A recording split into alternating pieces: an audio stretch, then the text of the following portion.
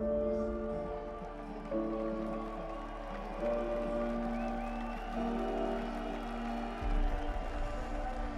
was definitely not the day we hoped for, and yeah, I think even then in the race you should try and change your mind. And yesterday we fought on the front. Today we have to fight in the back. I was scared of everything that did not happen to me. Chute du maillot jaune, Wout van Aert, the crash of Wout van Aert. For me, from then on, was a fight with myself the whole day. Welcome to hell, the cobbles have arrived. Then it was just going with the flow. Chute, Roglic, Primož Roglic in the crash. This is Jonas Vingegaard. Bike change for Jonas Vingegaard. I think we, especially with Jonas, we keep everything good for GC, not too much damage. An attack then of the white jersey on the wheel of Jasper Stuyven. It was all in all just to survive, not to lose any time, and yeah, in the end I even gained a little bit. You're hoping for a quiet day to recover. You can just hope, but it's the Tour de France, and yeah, it will be a fight.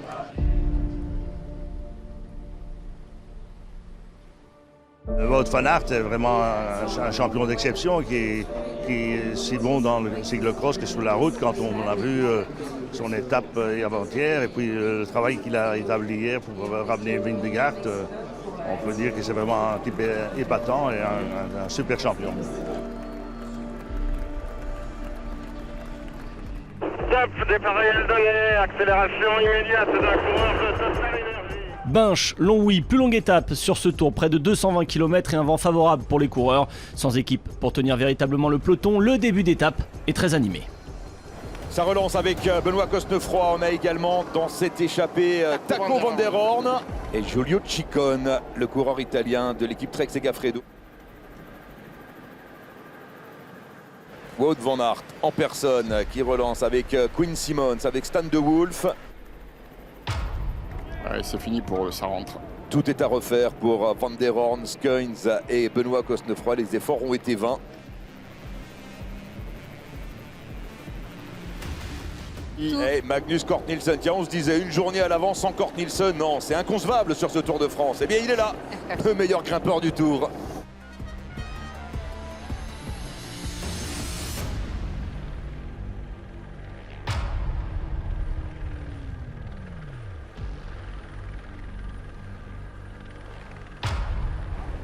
Kruijswijk qui lance Wout van Aert et Wout van Aert qui relance la course. Nouvelle mise sous tension du peloton par le maillot jaune. C'est la 20e fois depuis le départ de l'étape. Près de 80 km pour trouver la bonne échappée. On a roulé à plus de 50 km/h de moyenne sur les 2 premières heures de course. Un trio s'est détaché. Van Aert, le maillot jaune, est présent avec l'expérimenté Fuglsang et le plus jeune coureur du Tour, Quinn Simmons. Derrière le trio de tête, on s'organise quelque peu. Ce sont les coéquipiers de Pogačar qui impriment le rythme.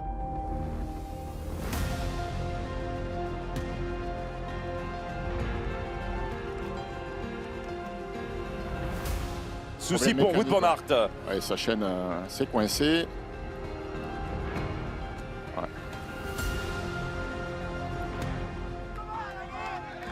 Ouais, les autres vont certainement lever un peu le pied.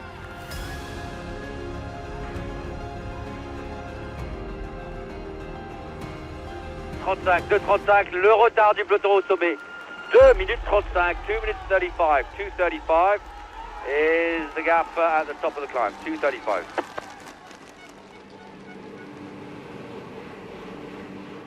Terminé. Fuglsang qui secoue la tête, qui a parlé avec son directeur sportif, Jakob Fuglsang.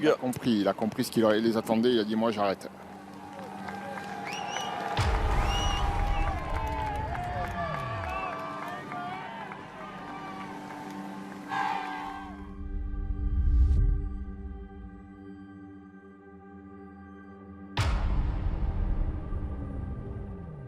Et le Benjamin de la course, Quinn Simmons, qui n'en peut plus là dans la roue de Wout van Aert. Ça devient dur pour le jeune américain. Wout van Aert va finir l'aventure en solitaire dans cette étape face à un peloton lancé à sa poursuite. Désormais, plusieurs équipes roulent derrière le maillot jaune alors que la route va s'élever jusqu'à Longwy.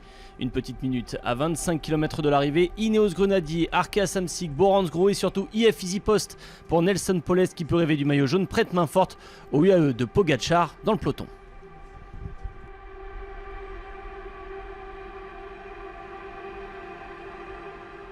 c'est terminé pour le maillot jaune. Wout van Aert.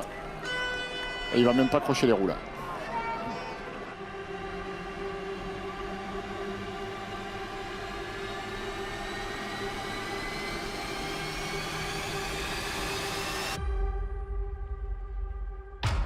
Attention, Ah, Sepp Kuss.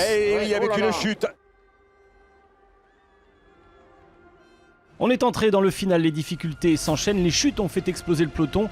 Les favoris sont encore là, mais c'est Alexis Vuillermoz qui tente sa chance dans la terrible côte de Pulventeux. Vuillermoz va être repris quelques kilomètres plus loin avant la montée finale vers la ligne d'arrivée. Désormais, c'est une explication entre hommes forts. La pente est moins sévère, mais ça monte jusqu'à la ligne. Et c'est Roglic.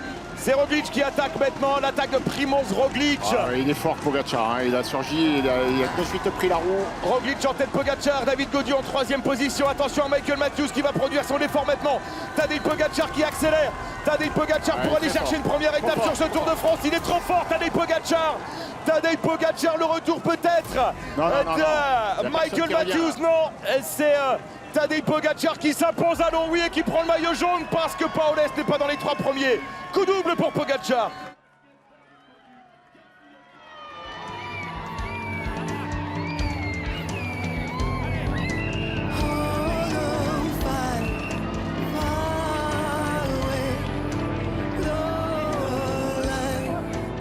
Every time I win, it's even better.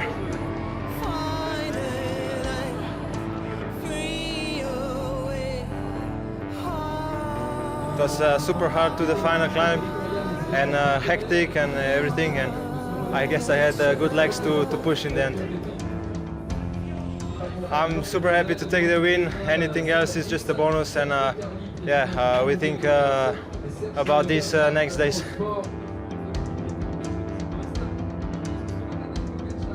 It was a long battle to get in the break, and when we finally opened up a gap, unfortunately we were only 3 riders, and it was actually at that moment already like it's going to be really hard.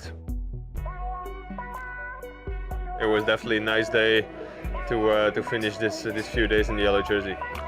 Et de 7 pour Pogačar sur le Tour de France. Le Slovène remporte cette étape pour Puncher. Matthews termine encore 2e à Longwy après avoir échoué face à Sagan en 2017. David Gaudu prend une belle 3e place. Seul favori en difficulté, c'est Ben O'Connor aujourd'hui qui perd plus de 2 minutes.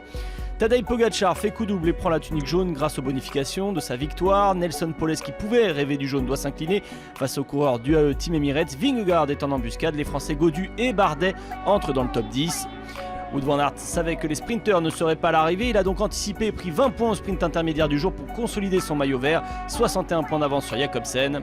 Magnus Cort Nielsen a travaillé dans le final et en début d'étape, mais pas pour le classement de la montagne aujourd'hui. Le Danois garde les poids, quelques coureurs entrent dans le classement. Pogačar en jaune et donc en blanc, le vainqueur d'étape est le meilleur jeune de ce tour. Derrière, la concurrence excepté Pidcock est très loin.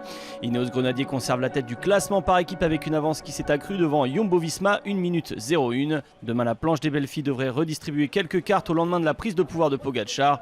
Le Slovène va devenir la proie qu'une multitude de chasseurs aimerait s'offrir au sommet de la super planche.